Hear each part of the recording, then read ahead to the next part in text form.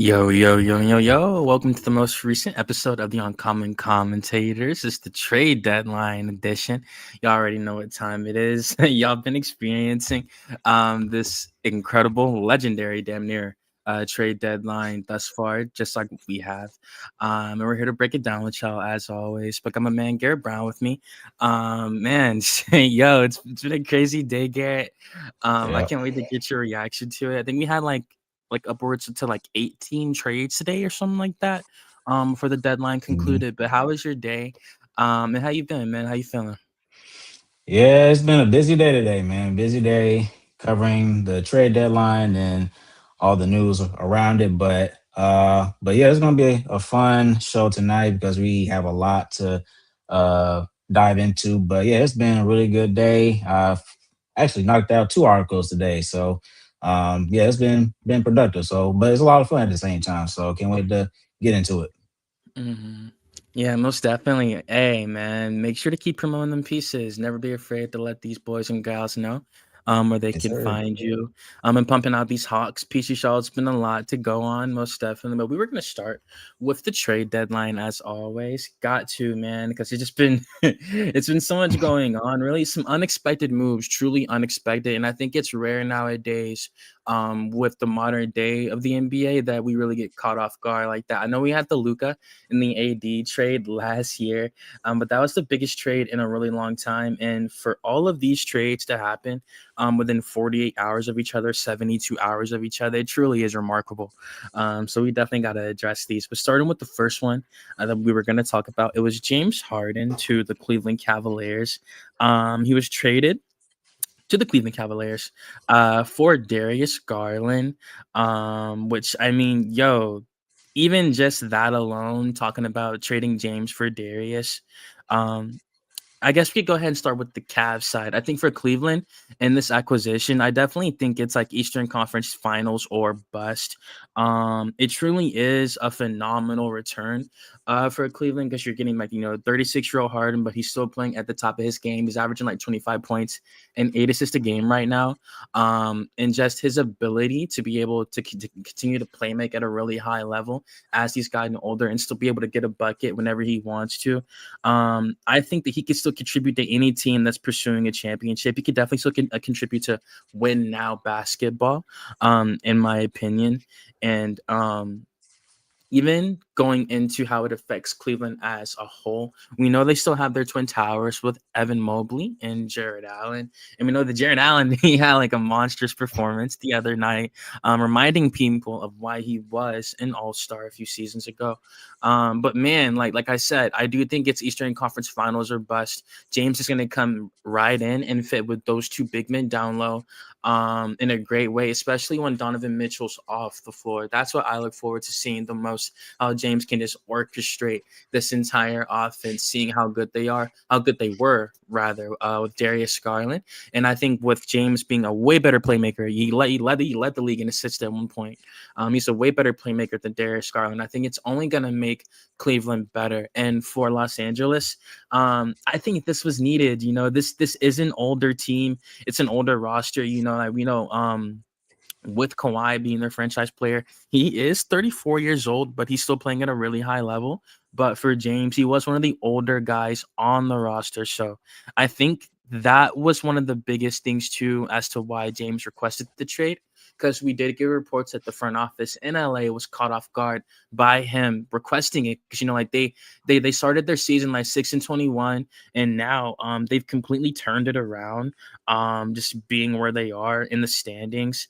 I gotta pull their record up, but I know for a fact at one point they were 14-3, and they just completely turned their season around, climbing to like that eighth, ninth seed in the Western Conference. So um it was weird to see James request a trade, but my biggest theory about it was that the front office was not going to offer him a contract. I think at 36 years old, of course he's still playing at a high level, but I mean, man, like from their perspective, it's like what are you gonna do? You're gonna give him like a 5-year max at 36, and then he turns 37, 38.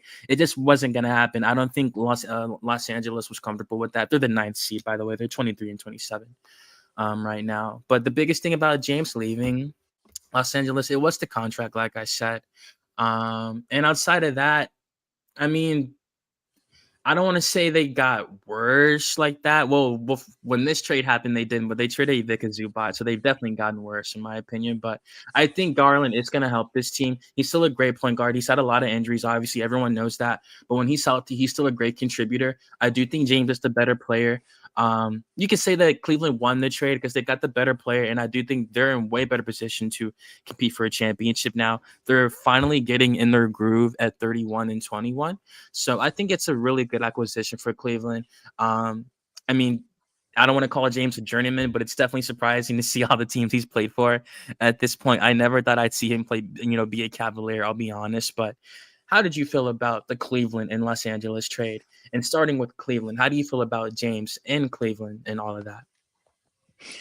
Well, of course, we'll get into the rest of the trades later, but this was one of the more shocking trades for me.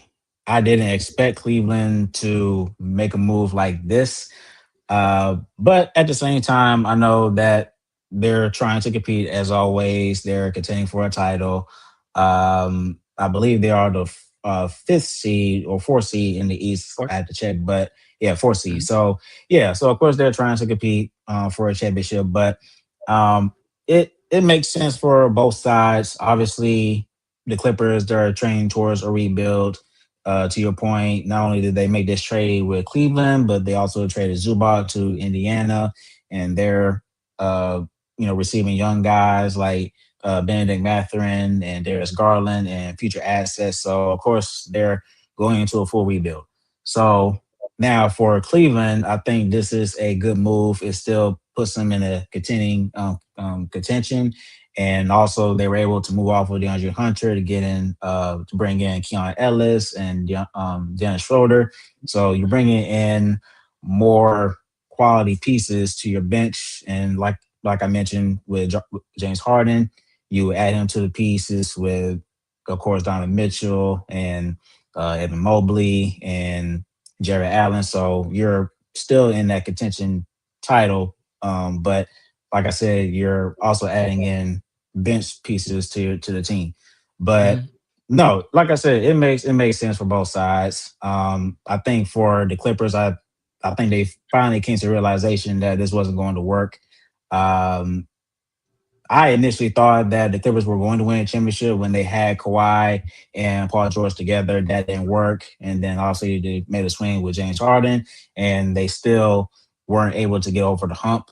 I thought that they were going to be a top five seed this year, or top six seed, but still nothing has panned out.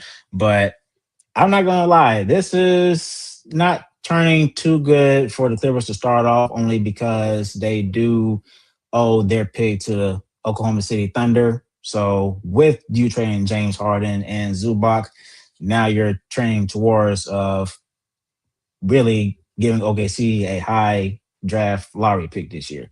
But of course, we're a few months away till we find out where they land in the draft lottery. But no, it makes sense Mhm. for both sides. But no, the Clippers they're getting a quality guard and Darius Garland. He certainly can play, of course, and so they brought in a lot of young assets and players for them to start off their rebuild. But no, I think it was a good deal. It's just crazy how these kind of trades come about, but no, Cleveland they stuck with it and they improved their roster. So Right. yeah, it'd be interesting to see where Cleveland goes between now and before we make the playoffs for them rather. So yeah, it was a good trade. So we'll see Mhm. how the Clippers take it from here. Yeah, and I do like this trade. I feel like it's rather traditional. You got one team that's competing for a championship, the other that's obviously going on a downward trajectory. Yep. Man, before I get off these two teams, I do want to talk about the Clippers a little bit more because I think it's interesting how they're finally pulling the triggers now. We finally have a clear indication of what they're gonna do. I always thought they were in a weird spot seeing how their best two players were in their mid to late 30s. Ivica Zubac, he's a great player. He was playing definitely better. He was definitely playing better last year than he was this season. He's still playing definitely at a high level, averaging over a double double right now. And I think he's going to help out that Indiana team really well immediately, especially after losing Miles Turner the way that they did. So I think Indiana, they lost Benedict Mather, unfortunately, but we know he was kind of plateauing in that system. So I think that they're more so just focused on getting Tyrese Halliburton back. They're supposed to have a top 3 pick in this draft this summer, along with the Hawks. So I think that the Pacers are really more so looking towards the future. That they're not really worried about too much right now, obviously, and they still have Pascal Siakam. So I think their players are also aware of what they're building. But keeping it with LA before we end on this. So they got back Benedict Mathurin and Isaiah Jackson. They also got a 2026 first round pick protected 1 through 4 and 10 through 30. So 10 through 30, that's where it should fall, the pick for them to get it, I guess. And they also have a 2029 first round pick. And that's Yeah, it's from the protected 1 through 4, then 10 through 30. So if it falls in those protections, then Indiana they'll retain they'll get that the pick. 1 through Yeah. 4. Yeah, And either yeah, one okay. through four or 10 through 30. Yeah. So Yep. damn. Oh, so they have to get it from 6 to 9. I mean, yeah, 5 to 9. I'm sorry, 5 to 9. Okay, Yeah, five word. five to nine. Yeah. So Okay, it's more than likely not going to go to the Clippers. More than likely, because yeah, for Indiana, sure. they're like the third worst team in the Mm-hmm. East. So, but yeah, more than likely that pick is going to go stay in Indiana. In the So Indiana. So yeah. yeah, I agree. I don't think that falls out of the top 4.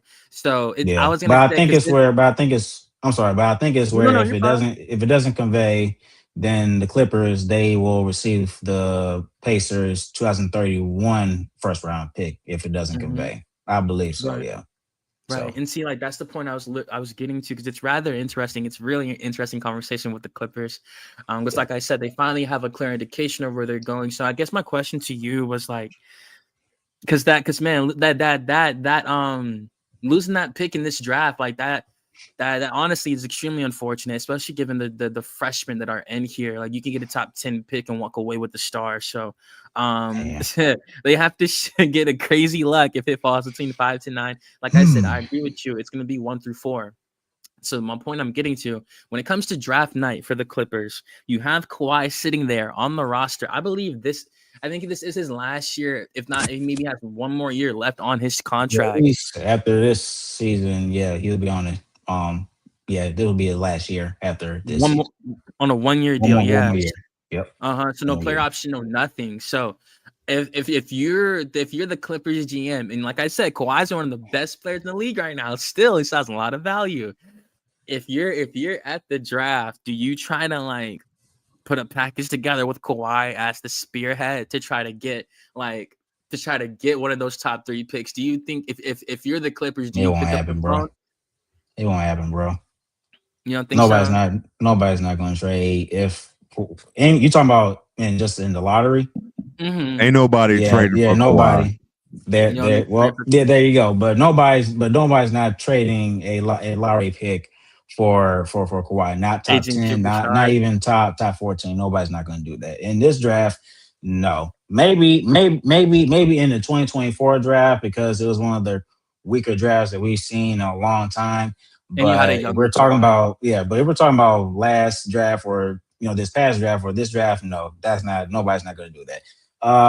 But I will say that I think it's time for the Mhm. Clippers to Move uh on. move on from Kawhi because like I said, they are training towards a rebuild. So now for Kawhi, I'm not sure what his value is. I think if anything, I think he'll get you maybe one first round pick and then maybe two or three second rounders and then Mhm. maybe a quality veteran or a quality young player. But I think with his money and of course we know about his injury history, you're not going to get a massive haul, and especially at his age at 34. 34. Yeah, but no, I think that would be I think that would be ideal or a dream scenario for the Clippers because they're already giving their pick to Oklahoma City But yeah, I think that would be a dream for them. But unfortunately, I don't see that happening. Okay. And Now let me it's all ask y'all good. this real quick. Go ahead. Do y'all think it's a year too late for this rebuild? Yeah, I yeah, think I do, because I think that their star players had way more value. Like I said, with a younger Kawhi, his contract was still fresh at the time, and you had Harden, he just got there. So, but yeah, I do think it's a yeah, year or two too late. Absolutely, I I yeah. I can't agree. remember. think Did they trade for Harden? Or he go as a free agent. Did he get traded there? no, they He traded they traded for Harden. That's what I traded for thought. That's Yeah, what I I Harden. can't I thought. can't remember the trade package, but yeah, they traded for Harden. So I think the Clippers should have blew the roster up after they traded Paul George. I think they should have done it at that time at the very least.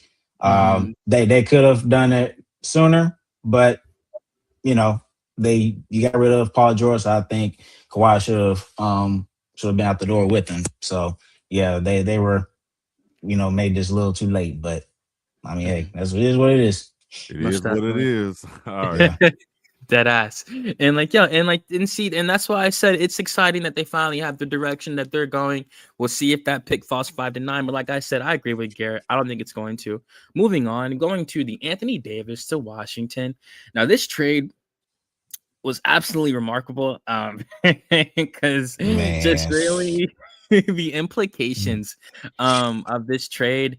Yeah, man. So let me pull up the trade package in its entirety, because there was a lot of moving pieces with this one. First and Yeah, I foremost, already I have it mean, here. Yeah, oh, so okay, I'll gotcha. break it down. Go So the ahead. Mavs basically they traded Anthony Davis, Jaden Hardy, D'Angelo Russell, and So Dante Exum excellent. to the Washington Wizards for Chris Middleton, AJ Johnson, Malachi Branham, Marvin Bagley the third, two first round picks, and three second rounders. So that was the Gotcha. trade package. So honestly, this was, I guess, the best case scenario for the Mavs. But I mean, I don't think they would have received two first round picks for AD alone due to his recent hand injury. But when you include the other auxiliary pieces in this deal, um, even when I look at, because if I recall, one of the first round picks, I think is protected, so technically, it's only one first round pick and three second rounders. So, but I mean, just to get my take on it, I think the Mhm. Wizards won this. Well, honestly, I think both sides won this deal in a way. Obviously, for the Mavs, they're coming off of AD's contract, so they have cap flexibility to move forward, to build around Cooper Flag. That's what they've been trying to do now for some time. And for the Washington Wizards, obviously they're going forward to an extent. Of course, we know that they traded for our guy Trey Young, and then now you add AD into the mix. So you're talking about a big three of Trey, AD, and Alex Sarr, and then you have other guys such as Trey Johnson and Keyshawn George. This is a team that can certainly make the playoffs. So the Southeast Division has really gotten a lot tougher for the Hawks, and even for the Hornets, they've improved as well to a certain extent. Mhm. But yeah, this was a good trade for both sides. So it's crazy. Nah, man, I agree. And like the thing is, man, like yo, you're putting Anthony Davis and Trey Young in the same pick and roll, man. I like that. It's really crazy to see Trey and at the end of all of this, getting traded from Atlanta and everything. Yeah, that's Like for yeah. real, like he ends up getting AD anyway, and he's about to play with Alex Sarr down low on the 5 spot. So he's about to get his first ever 7 footer, real 7 footer, because Chris Stops did not play, and he has Anthony Davis with him playing with an All NBA player. Of course, some people think AD's still not that level right now. When he's This is the healthy, he's best definitely team. still This is the best team he's played for Trey, in his honestly. career for sure. Not yo, If like it, if it, if it, if everything goes okay, then yeah, obviously we know AD, he's injury prone, so we don't know how many games he'll play. But I mean, if he'll play a meaningful amount of games this year, I think this is the best team he's played, and it's hard to admit mhm. that. Yo, and even then, like yo, I feel you, bro. Like it is, man, and like it just shows you what happens when you have a player and you appreciate them. I think that it's all circumstantial when it comes to Jalen Johnson. I think he has a whole nother GM. You feel me? Then Trae Young did. Landry Fields to end up losing his job, and honestly, Saleh has completely changed. I mean, from the draft picks to the current roster. You feel me? Jalen already has an entirely new outlook from the front office. Tony Ressler, who's wanting to spend money now, to a way better GM. So I think it's circumstantial, but keeping in with Washington, because I think they're going to be the ones competing coming out of this. It just depends on what's going to happen with the end of this year. I think they're more so really focused on next year. If I'm them, I kind of don't want to force it anyway, because they do still have that top pick. I think that pick, they should still let that be like top 8 somewhere in there. Like, still let that be like a top 6 pick, a top 5 pick. You get like a Keaton Wagler in this draft, a Kingston Flemings, and really just tie a bow on this roster for the future. You already have the young core with Trey Johnson and Keyshawn George, all those pieces, and Alex Sarr breaking out this year. Now you have 2 all-stars leading the roster, 2 players who have been deep in the playoffs. One has a ring. So we know AD, we know it's going to happen with his injuries. We know it's going to happen, but as long as he's healthy when it matters the most, and they're still going to listen to him, this young core, they grew up watching this man. They're going to listen to him. I think this team's gonna be really, really good. I think this team's gonna be really, really good. And man, it's crazy to see Trae Young just go to a situation like this. To be able to pass to players like this, throw alley-oops to players like this. Like, some people thought he was gonna fade into obscurity going off to Washington. He went from flipping that to the best roster he's ever had in his career. So it's like, I wished nothing but the best for him. And absolutely the same still stands now. Absolutely. Moving on to the next trade. This one definitely blew my mind too. When it occurred, most definitely. Hold on, real quick. I tried to catch you. You was moving fast. No, you're fine. Please do. On the Wizards, I know a lot of people. It's a bunch of if because of Trae Young and AD with their injury, especially AD. But man, you know how people just jump off the ladder real quick when it comes to stuff like this. But people are saying if they do stay healthy, they can come out the East next year. Really? That could happen. I would say that's more like a dark horse type of thing. I don't think that they would flat out go through Cleveland or New York or Boston when Jason Tatum comes back. But I think that's a team that could be a top 4 seed that could do a lot of damage for sure. So it's a hell of a rebuild they got going on over there. Yeah, it's honestly like, because I'm thinking about how Alex Sarr and Anthony Davis, how they're going to affect so many teams when they catch their synergy and when they're both operating at their highest level, at the most optimal. Alex Sarr and AD, that's gonna be crazy. It's gonna be ridiculous. That's gonna be like defensively. That's, I mean, jeez, that's gonna be nasty, like, bro. Because I mean, we know AD, he's an all NBA defender, one of the best defenders in the league when he's playing at his best. And we know Alex Sarr, even though he's young, but defense has always been his calling card. And with this athleticism, it's just gonna make it worse for other teams to defend. But so yeah, with Trae, I mean, he's really going to have a field day on the court. So because he has 2 twin towers that he could throw lobs to, and then obviously he can pass it to Keyshawn George or Trey Johnson on the wing. So it's gonna be crazy for them. And you have Trey, who is fully invested on being a playmaker. They don't have to ask him to try. He is going to want to feed this team all day, especially after coming to a new team, new franchise. He wants to, reestablish himself. He's 27 years old, come in as a leader, and just be an all-star point guard for a team like this. And it's crazy. I mean, man, we really we got to see it happen. I agree with Jay. It's a lot of ifs. On paper, the team is amazing. I will not spare any expense. I do think they have a lot of potential. When you have a mixture of young talent with old talent, they also got D'Angelo Russell as well. Say what you will about him, he can still shoot the 3 at a really good level when he's healthy. And Jaden Hardy as well. I do think he'll be a decent piece on that bench. just learning in Washington, being in that backcourt.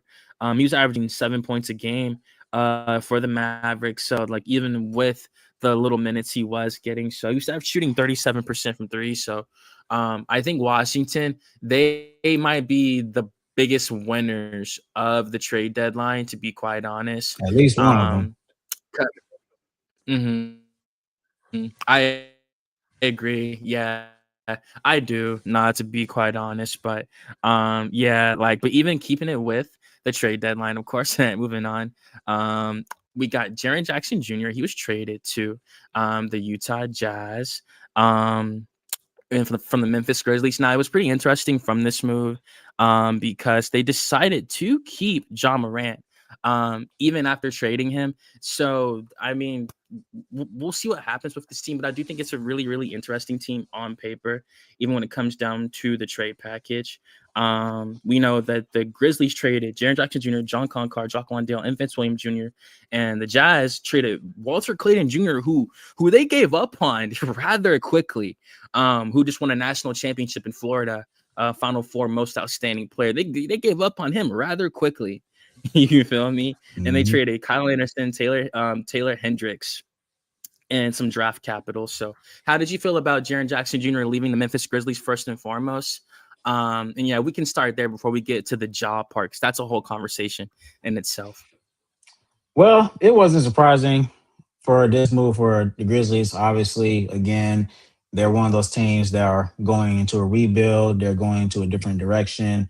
We saw last year where they traded Desmond Bane and they received about, I think, 5 first-round picks for him. And now they're receiving 3 first-round picks for Jaren Jackson Jr. And of course, the guys that you named, they're getting Walter Clayton Jr., Kyle Anderson, Taylor Hendricks, and George Niang. But yeah, I think the Memphis Grizzlies, they've done a really good job of getting a lot of value back in return for their star players in Bane and Jackson. I mean, again, you received 5 first-round picks for Desmond Bane, and now you receive 3 for Jaren Jackson Jr. So obviously that puts you in the position of having a successful rebuild. And I'm pretty sure that they have other assets as well. But yeah, I think this works very well for the Grizzlies and for the Jazz. I think this is a really good move for them. They're looking to win games at some point. A lot of people thought that they would have eventually moved on from Lauri Markkanen, but that hasn't been the case. So you're talking about a front court of Jackson Jr., Lauri Markkanen, and they're also looking to bring back Walker Kessler this offseason as well. So that is a formidable front court right there. So they are still young. Of course, they're going to need more pieces, but I think this is a good start of building a team, a competitive team around Lauri Markkanen and the rest of the guys. So yeah, this was a really good trade for Memphis and for the Jazz. But I think I like this for the Jazz more just because of the fact that they do have a lot of young talent over there, not just Lauri Markkanen, but Keontae George, who is a really, really good guard. So yeah, they're doing their best of building a competitive team, and obviously we'll see more in the offseason, but I think this is a good start of heading towards that right before the deadline ended. So this is good. Mm-hmm. Yeah, man. Even thinking about Jaren Jackson Jr. and Walker Kessler, like that's that's gonna be crazy, man. That's gonna be scary because you're talking about 2 guys. You're talking about Jaren Jackson Jr., who is 6'10", Lauri Markkanen, who is 7 feet tall at least, and then I think Walker Kessler is 7 foot as well, or 6'11". So that's a lot of size in your front court. So he's 7'2", Walker Kessler. He's 7 foot. Okay, 7 foot. Okay, 7'2". Yeah. So again, it's like a similar situation with Washington with Alex Sarr and Anthony Davis, guys who are at least 6'11". But with the Jazz, with these 3 guys, I mean, you're talking about. I think it would be Lauri Markkanen that would play it at the 3. I think his mobility and his footwork is better than Triple J. But just imagining of having a front court with that amount of size, that's going to cause a lot of problems for a lot of teams. So this is like I said, it's a really good start. and see what happens in off season and how they're gonna continue to build out this roster. Mm-hmm.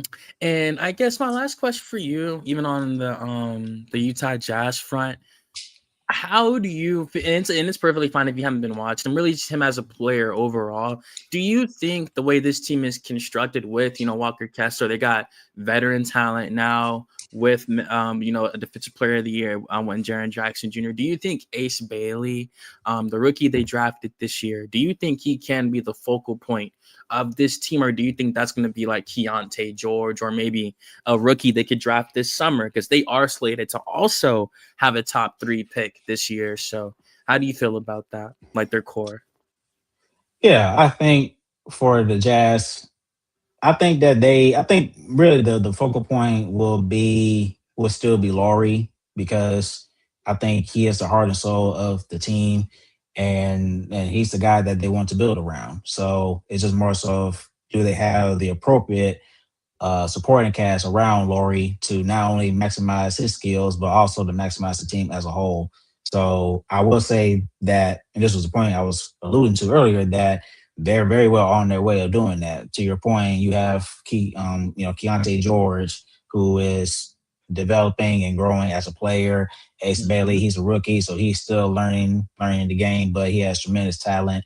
And of course, Utah, they could find themselves back into a lottery again and get another quality player. Now, I don't know if they're going to land into the top 4, because even though they're not a playoff team, but they're not bad enough to where they could land a top 4. But anything can happen to a draft lottery. So I'm not saying never will happen. I mean, we've seen teams that have made it through to the play-in and never made the playoffs and were able to get a top 4 pick. But for the Jazz, no, they could certainly add a lot more talent in the draft and in this off season. But no, I think for the focal point, it would be still Laurie Marketing, because he has such a unique talent for his size, and his mobility is really great. So yeah, I think they're on their way. So, and this is a team that could make the playoffs next year. And I know Danny Ainge, he's a tough cookie, because I think Danny Ainge is one of those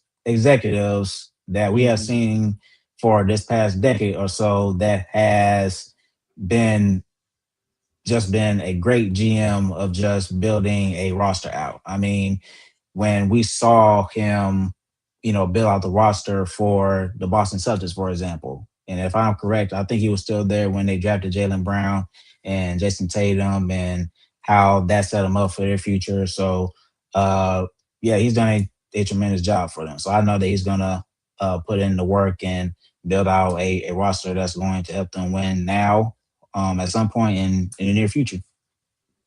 Nah, yeah, it's definitely had to really dig into that, because I really like I was talking with the Clippers, like that's my favorite part of basketball. I like teams like rebuilding and stuff like that, like, because that takes real intelligence, man. People don't understand how hard being a GM, these jobs, man. It's a lot of work. It is. It's nothing to play with.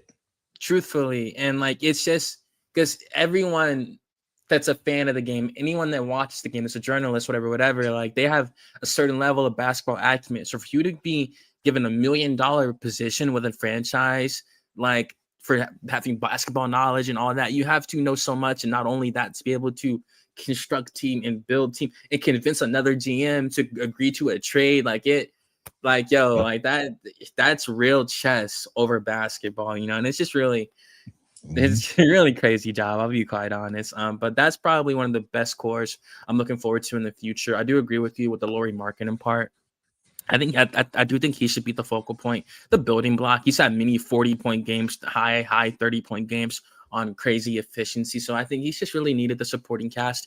And you have to be deep in the NBA to win nowadays. You can't just have a good starting 5 with a subpar bench.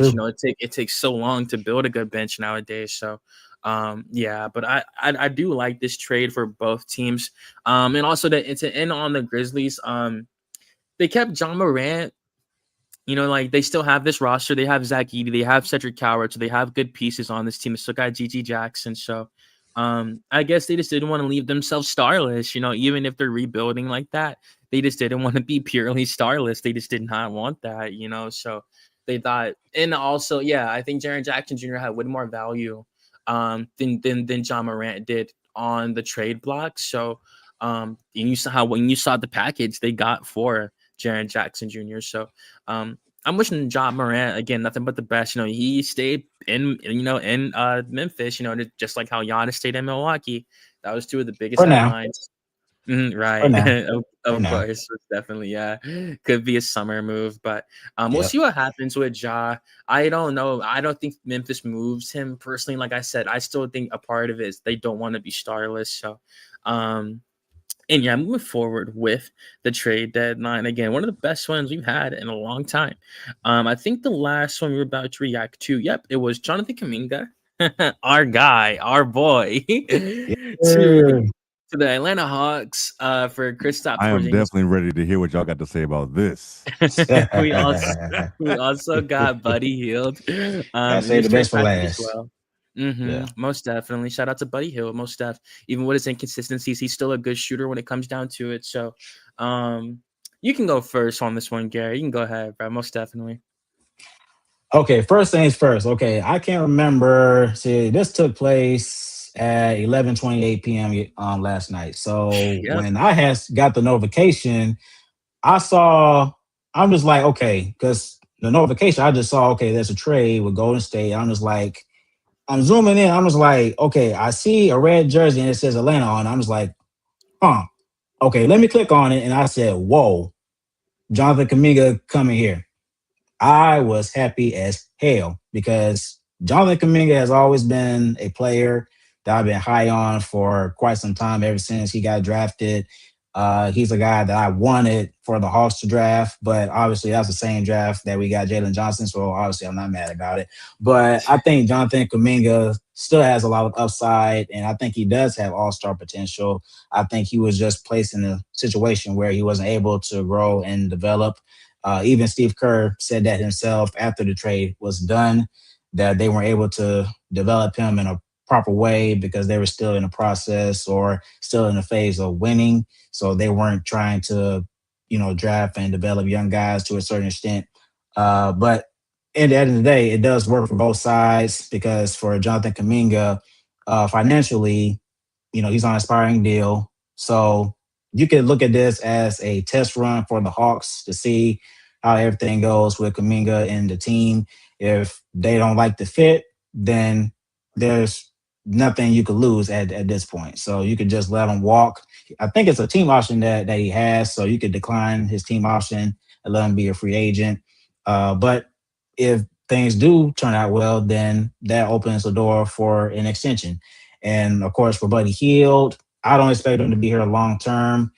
Obviously, he was here just to make the salary work, to make this trade work per se. But I mean, for Buddy Hield, he is a sharp shooter. He's a really good shooter, one of the best shooters in the league right now. So he's a good veteran piece for the time being. But we knew Kristaps Porzingis was going to be traded. It looked like at first that he wasn't going to get traded because of his injuries as of late, and it didn't seem like at first that the market was strong for Porzingis. But the Warriors, they've wanted Porzingis for quite some time now, for ever since he was in Boston. So it's been a minute since they've had their eyes on Porzingis. But no, I really do like this move, and I'm more excited just to see how the fit will turn out to be for Kaminga and Jalen Johnson. I think that's going to be a serious young duo.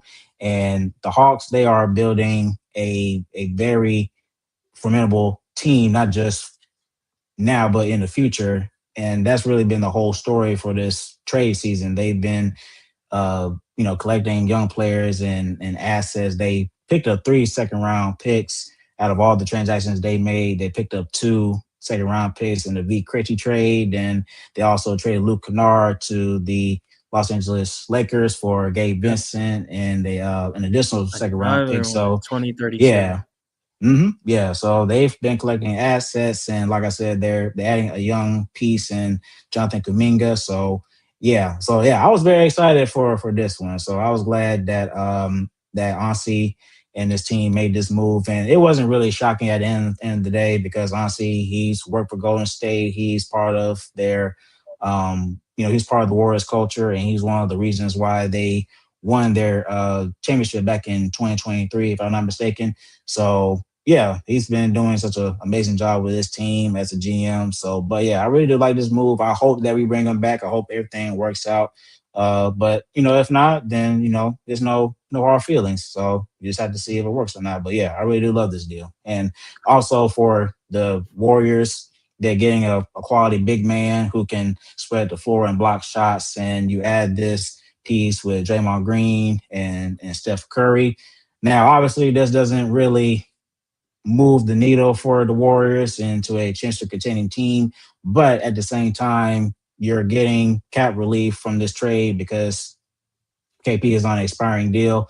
But I think after this season ends, then they could renegotiate a new deal for KP, extend them and then go from there. But yeah, this is really a good deal. So just can't wait to see how everything unfolds with Kuminga, him getting a fresh start. And obviously this ends the whole, drama between him and Golden State because they've been, bumping heads for a minute. So I know that he's happy to get a fresh start, have a new home. So I'm expecting Kuminga to be a better player than he was in Golden State.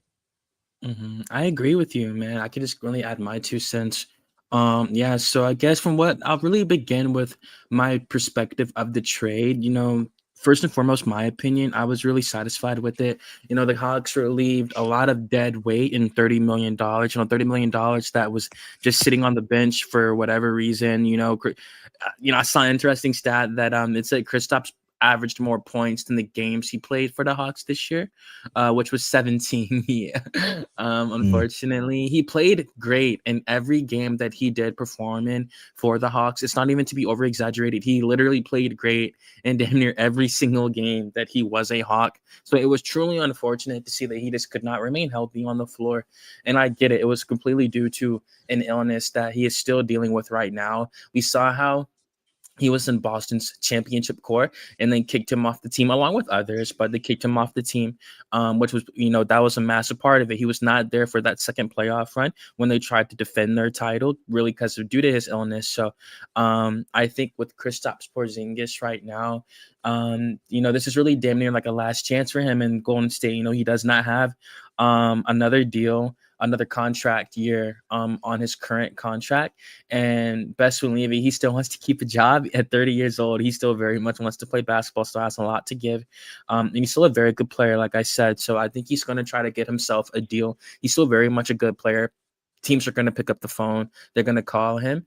He just has to get that illness under control. And, we're going to see what happens with him before the end of the regular season. Just ending with Golden State. Curry's been out battling some injuries as well. Draymond staying, he survived the trade deadline. So Draymond's going to be in Golden State for the foreseeable future. So you do have a front court of Draymond and Kristaps Porzingis, a good defensive front court, if I do say so myself. Still got some young pieces in Moses Moody and Brandon Podziemski. They lost Jonathan Kuminga and Buddy Hield, and I guess that does transition into the Hawks. So, and also, yeah, I do agree with you. I don't think the Warriors are we'll see if they make the playoffs. They're the 8th seed right now. Curry can win you a bunch of games, but, they still have a lot of work to do, most definitely. But going with the Hawks, this was really interesting for me. Again, starting with Kuminga, from my opinion, I loved the trade. The Hawks get another athletic big man who can go from the power forward to the small forward. The last 2 seasons, he was averaging 16 points per game. And Golden State, he plateaued a little bit, but that was really just due to plateaued this season. You could definitely say, or I guess the last 2 to 3 years, because he was stuck at 16 points per game. I think that was when the problems really started. Just because he was really stuck at that level. As the former 7th overall pick in that 2021 draft, he was finally starting to turn that corner along with his classmates. And I think just all the vibes in Golden State really just started to really deter his skill set and his determination to try to get to practices, really give his all. You don't want to be a warrior for a cause that you just don't agree with, one that you literally a warrior for bars, for a cause that you don't want to ride for. You feel me? So, I just think for Kaminga, he comes to Atlanta with an entirely new, fresh start. You know, players he's never played with before. He's been around Onsi Saleh. Onsi Saleh was the assistant GM during Kaminga's time in Golden State for the season um that Saleh was there. So they do have some familiarity. I guess you could say Yep. that's why Onsi definitely wanted Kaminga as well. But I do think the Hawks get a great acquisition with getting Kaminga. He's going to come and make an immediate impact with this athleticism. He's a good defender when he's dialed in my opinion. Some Mhm. people have been kind of off on him, and this is where I get to the public opinion. That's why I kept saying my opinion, emphasis on that. I saw it was kind of polarizing with the acquisition of Kaminga. Some people liked it, some people didn't. Some people aren't that high on him. They think his jump shot isn't the best. He's shooting about 32% from three right now, and he's shooting 45% overall from the field. So the jump shot has always been a question, but everyone knows Kaminga thrives in the slashing. He thrives on the fast break. The Hawks are sixth in fast break points with 17.9, and they're second in pace, right below the Miami Heat. So Yep. I think he's going to join this young team. The Hawks are still the third youngest team in the NBA. He's going to come in, run with this team, soar with this team. No pun intended. He's going to be a great lob threat for Jalen Johnson. I think he's going to, thrive on the backdoor cuts like Dyson Daniels has also this year. And I think, man, just the fresh start. This dude's 23 years old. He very much wants to still play basketball. If you ball out here, you can at least get a deal somewhere else. So this certainly benefits the Hawks. I think he's going to come out here and try to play. And I think Onsi Saleh is absolutely going to try to keep him, even if he's a bench piece or he replaces Zachary in the starting lineup. I think he could fit in either or, whether the bench or the starting lineup.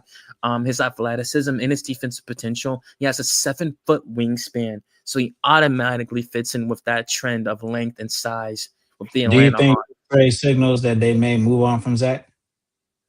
See, me, I don't think so. I think Zachary's hitting his stride now. He's been really comfortable lately. He's been shooting over 45% from three since like December 12th. So I think Zachary's hitting his stride now. They like him. They still want him. And yeah, we saw all those reports. You know, he was not in any of those Giannis trade packages, regardless of whoever. Even if it was just the New Orleans pick and Zachary, they were not going to trade that pick.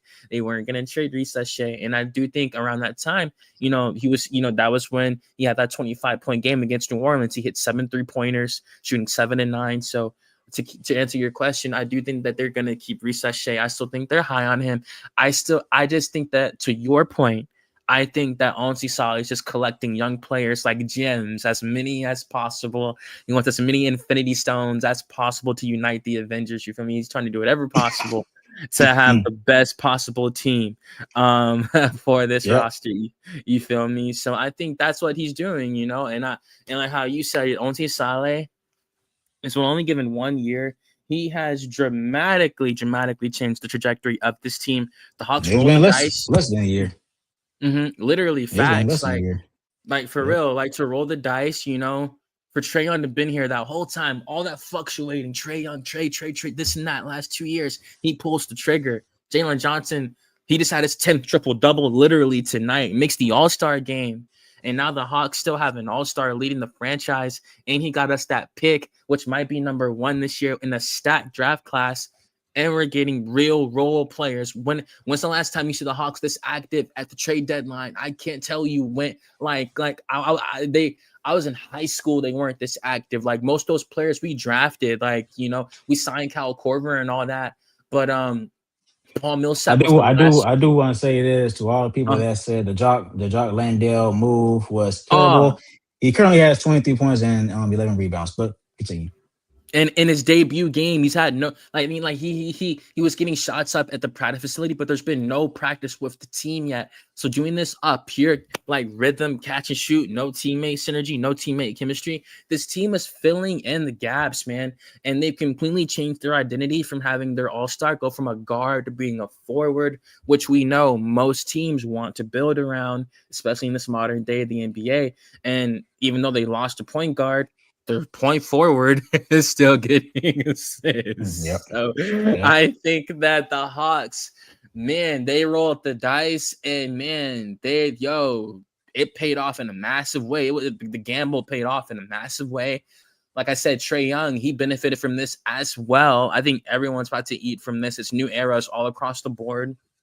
And yeah, man, I think Kuminga, I think he can thrive in Atlanta. We got to see him touch the floor. I'm gonna give him like 15 games to really get that assessment. I'm not gonna say anything until I've reached that 15th game mark.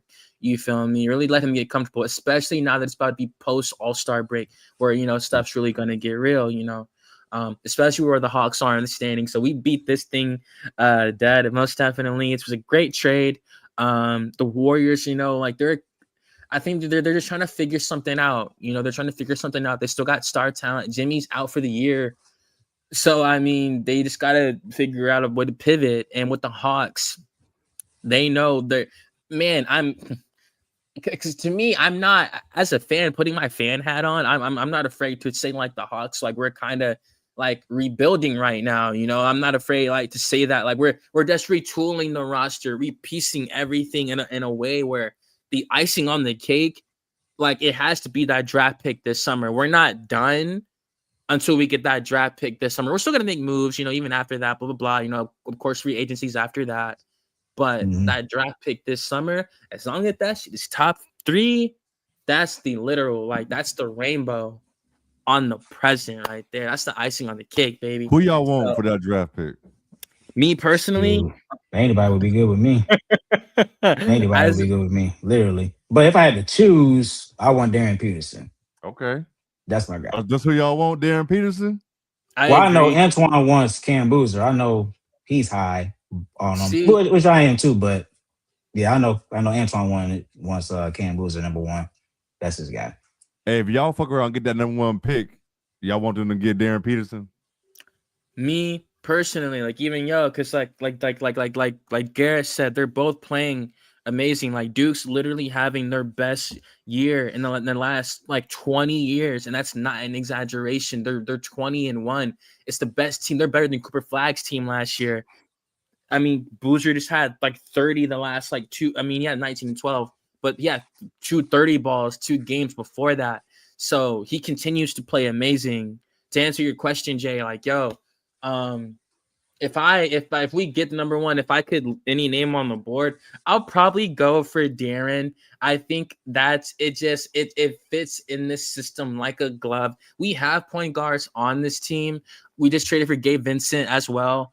We have Nickeil Alexander-Walker. He's averaging 20 points a game for us this year, but I just think Darren Peterson, especially as a two-way defensive point guard who has amazing playmaking and shot creation, I think he fits in that Atlanta trend, like of size and everything, like a glove. He has more potential than Nickeil Alexander-Walker. He's listed at 6'5", but he's listed 6'6" other places, and he has a good wingspan, and he's already a good defender, just purely off the intangibles and like just like the characteristics and just everything on the game. Like he's always making sure he's behind the 3-point line. Like his awareness on the court, it truly is remarkable. And I say that while Cam Boozer has the highest basketball IQ in this draft, literally while having Carlos Boozer as a father. So I do think that the Hawks got lucky this year.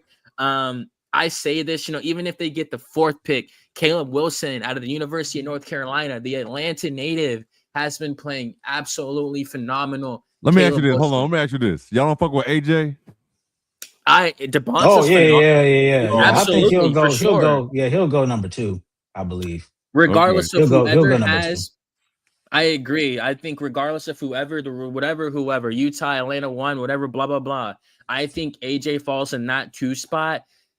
I think either Cameron or Darren goes number one, only because Cameron, you can build around already. He's already 6'9" with 250 pounds, and his basketball IQ. It's just how good he is. You can see it on the floor, how No, he Cam reads, Boozer is good. how he Yeah, reads the he game. is. And Carlos Yeah. did such a phenomenal job. Like it's kind of crazy. You can tell like he was You forget just he a twin. like, oh yeah, now he is Caden Boozer as well, who's also really good for the Blue Devils. He's the starting point guard. So Caden, he's gonna be a first round pick for certain. I just think with Cameron, again, it's the size at 250, Yeah. the basketball IQ, which nullifies his age at 18 years old. And most teams want a player that young that you can just build around for the future. And like I said, he's having a better season than when Cooper Flagg was last year. It's just Cooper Flagg was a better defender. You could definitely say that. Better prospect. Cooper's playing amazing right now, but I think Cameron, he has a lot of potential for certain. And like I said, this is literally the best Duke team in like the last 25 years. They said that on the broadcast 2 nights ago, just off the record and like all their metrics and everything. So, and that's off the head of the snake, Cameron Boozer. So I think to wrap it up, like I think the Hawks just got really lucky. My dad is a Spurs fan. You feel my dad? My dad, he's from Atlanta, Georgia. Like grew up with Dominic Wilkins, all that. My dad, was repping Tim Duncan and all of that. Even when the Dikembe Mutombo was down here, my dad was a Spurs fan.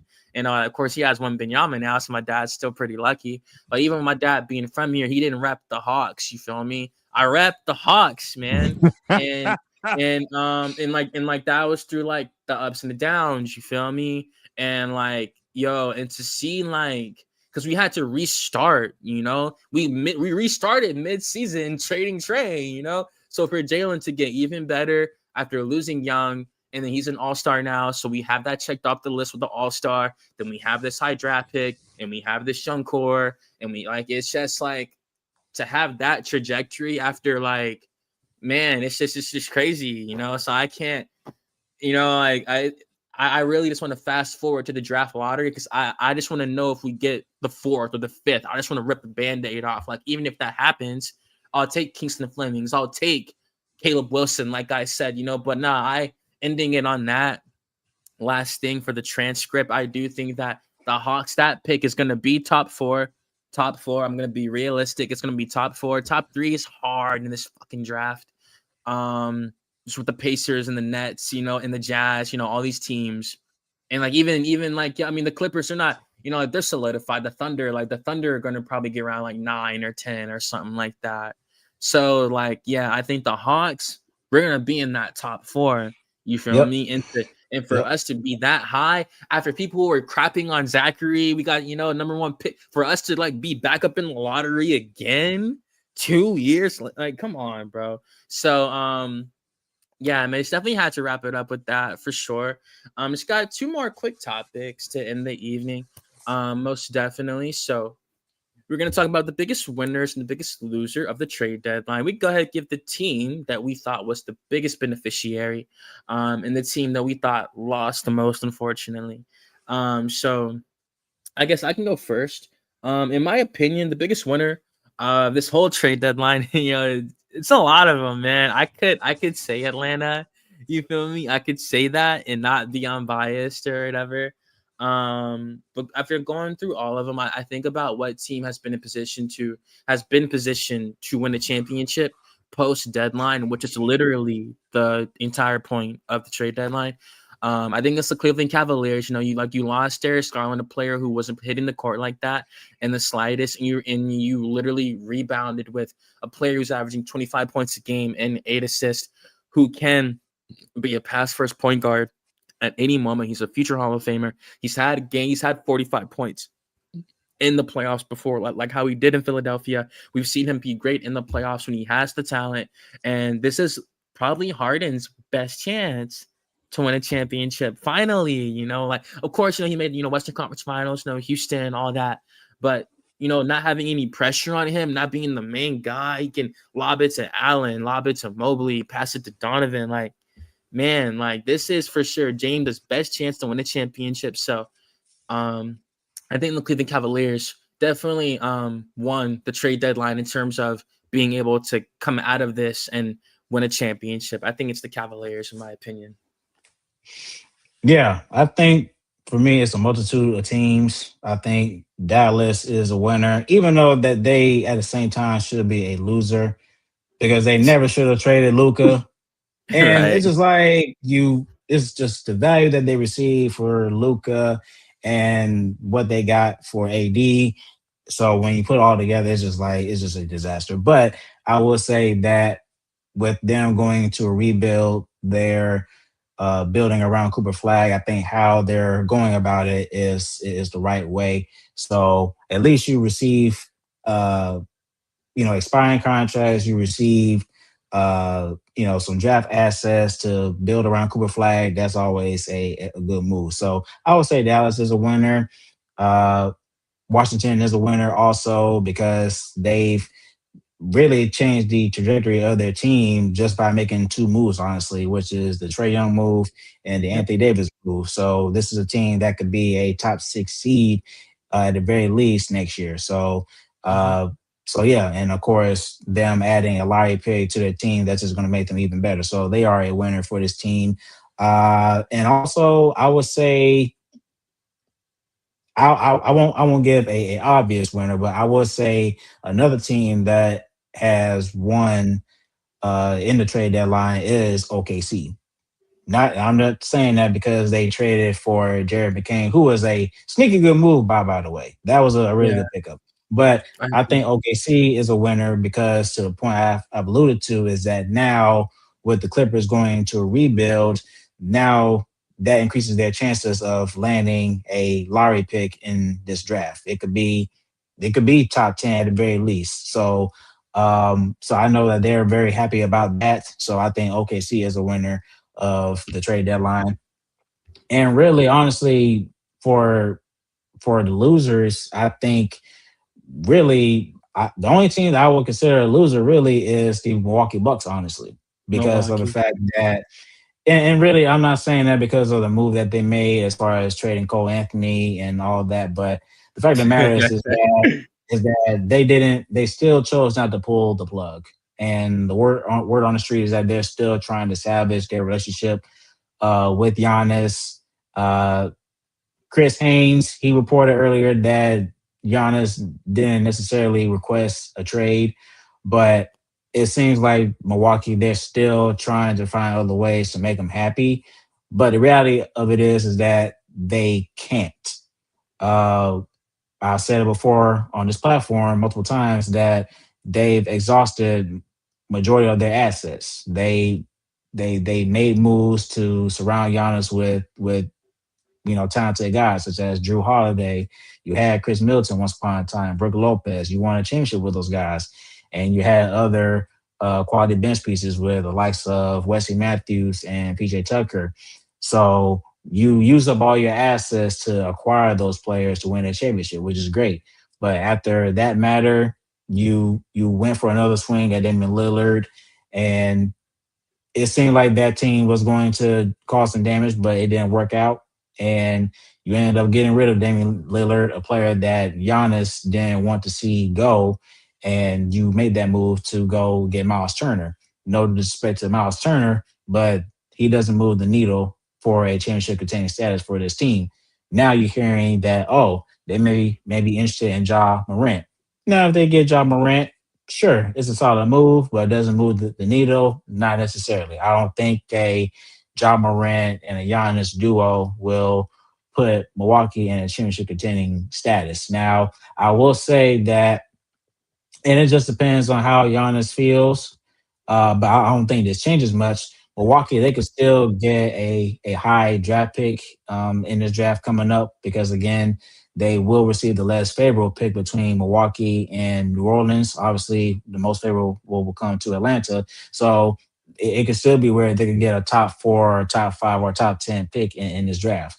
So that's something that Milwaukee would be excited about, but I'm not sure if it would make Giannis happy enough for him to stay in Milwaukee. So I think for Milwaukee, extending this to the offseason doesn't really make much sense to me.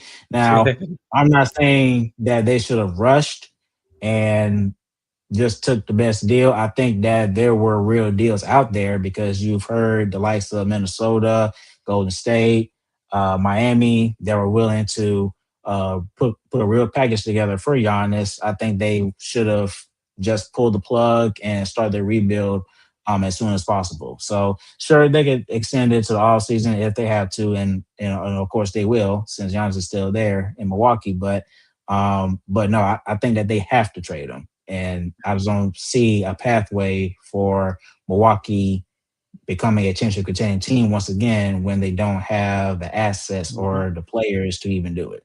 So I think Milwaukee they should have traded Giannis, pulled the plug, and went about their separate ways. But we'll see what happens in the summer. Nah, I agree. I think for them, like, cause John Horst, the Bucks GM, he's pleading, like with Giannis for more time. Like he said it too, not that verbatim, but they said they think they could still compete for a championship around him if they just have more time. The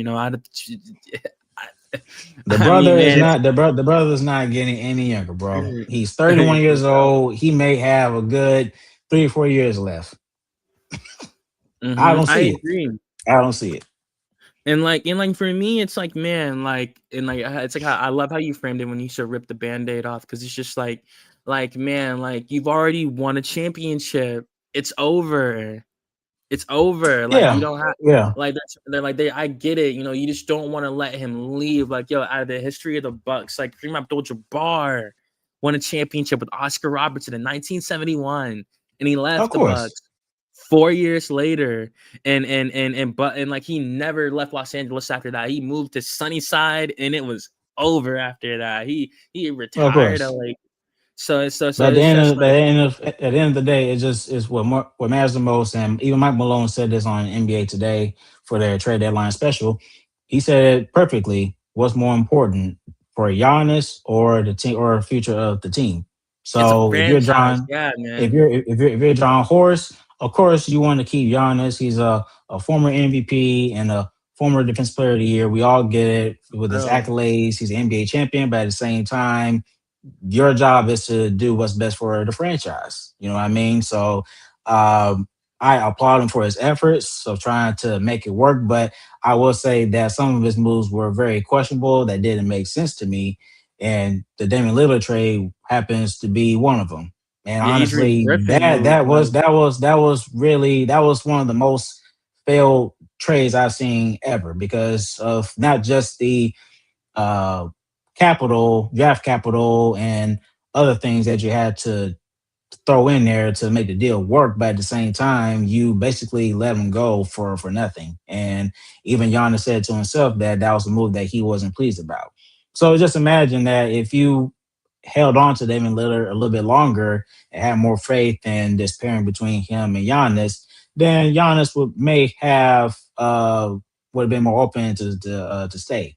But now that Dame is not here, and you've basically, respectfully downgraded the roster because you didn't improve on from there.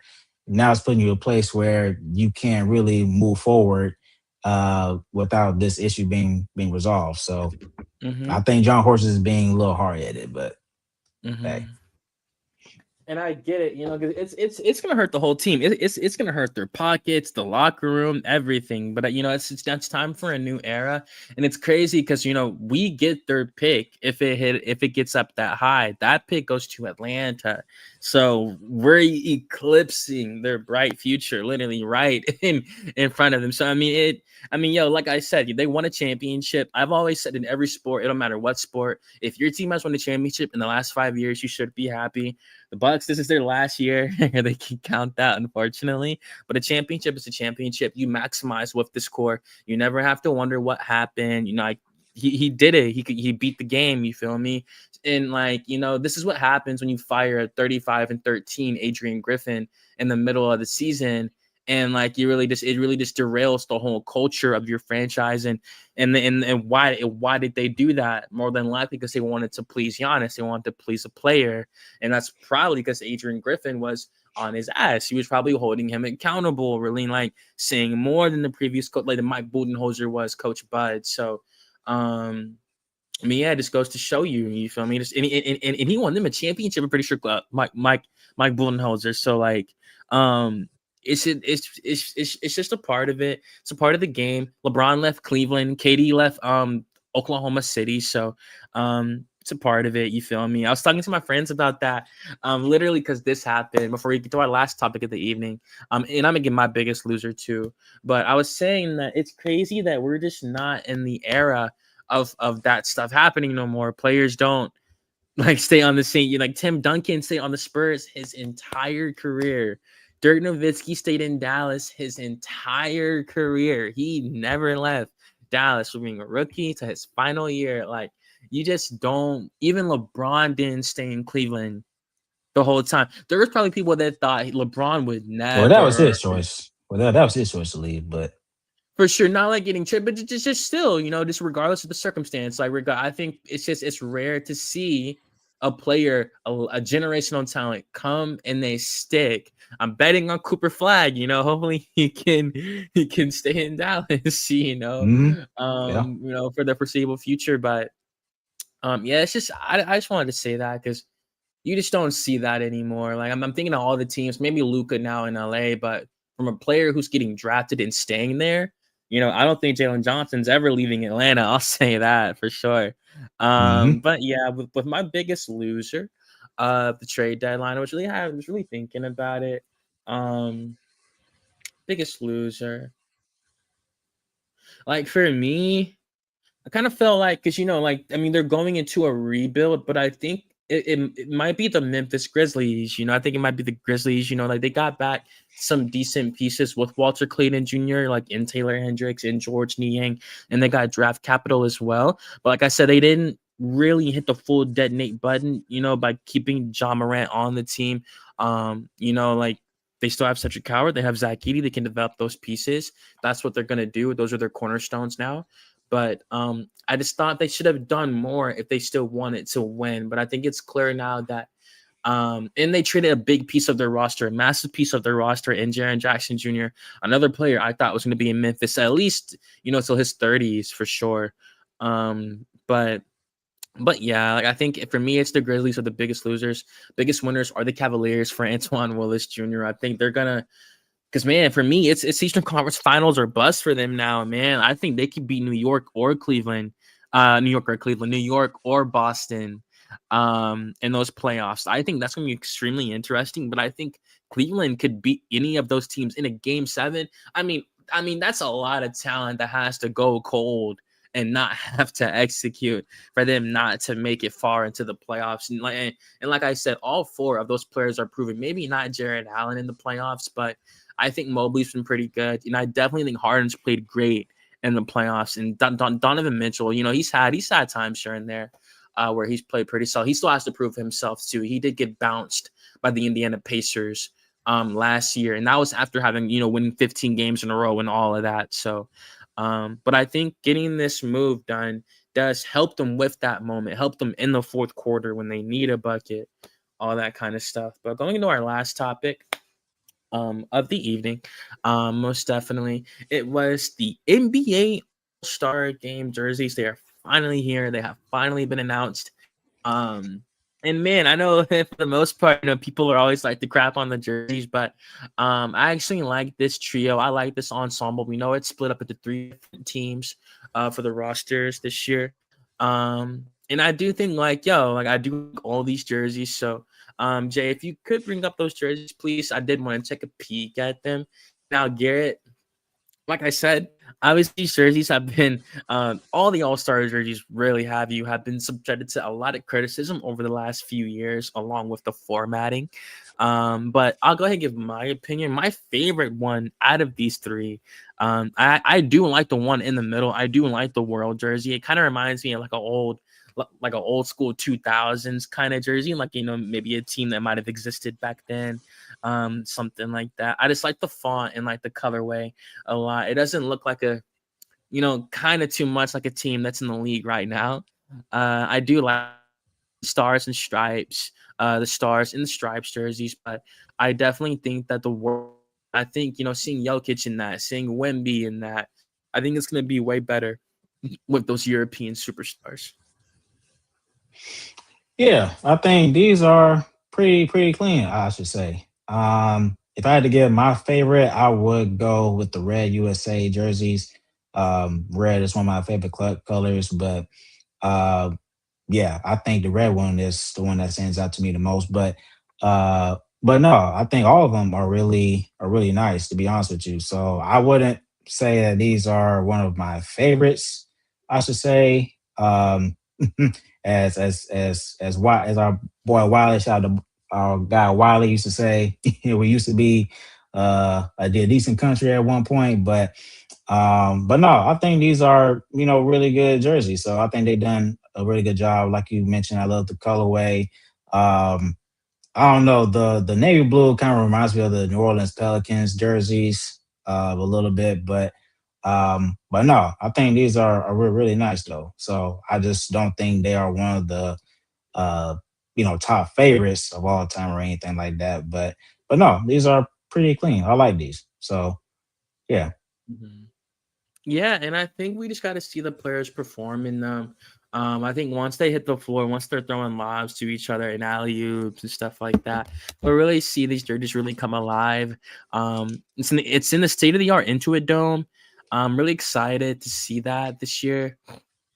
In my opinion, it does. In my opinion, it is the best game day presentation in the league. And to see that with all those all stars under one roof like that, and I think that was deliberate. That was purposeful from the NBA, from Adam Silver's and those boys upstairs as the Atlanta Hawks defeat the Utah Jazz Jay, do 121 you to like these? 119. um, they do the blue jersey does remind me of the Pelicans, but I mean these are cool, man. These are alright.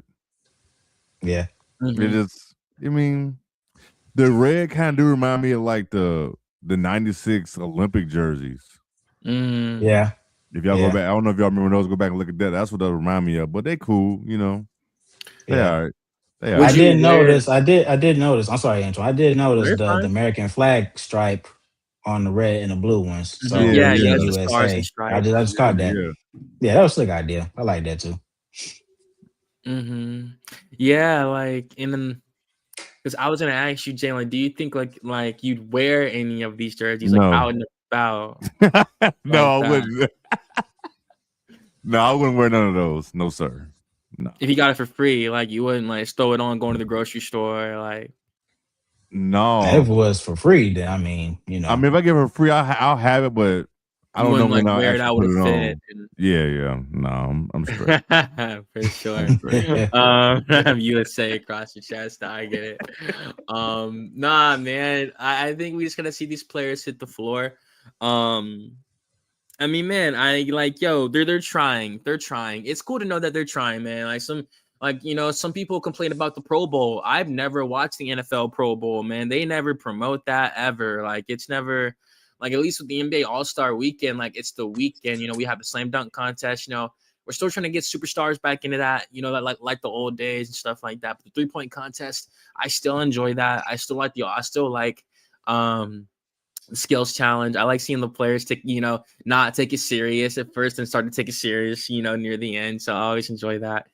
It's always funny to me, especially when the big men have to do it. That's my favorite. When the big men do the skills challenge.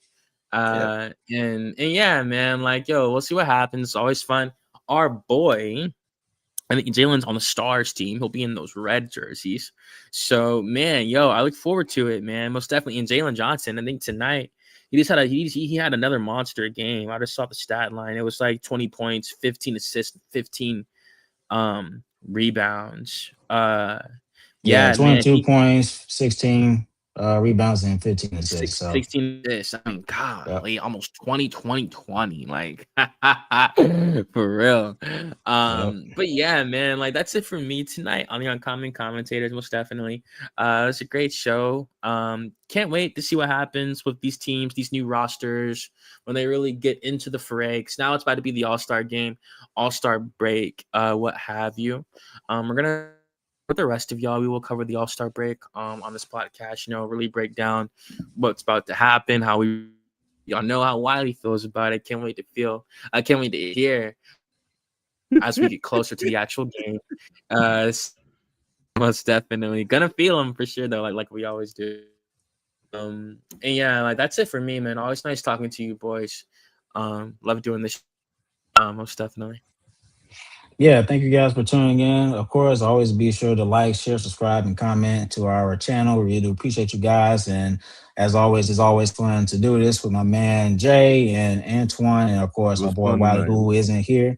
Yeah, but yeah, and also a big shout out to the Washington Wizards tonight for beating the Detroit Pistons. Thank you for that, because that's going to help our lottery odds to get the number one overall pick. So thank you for that.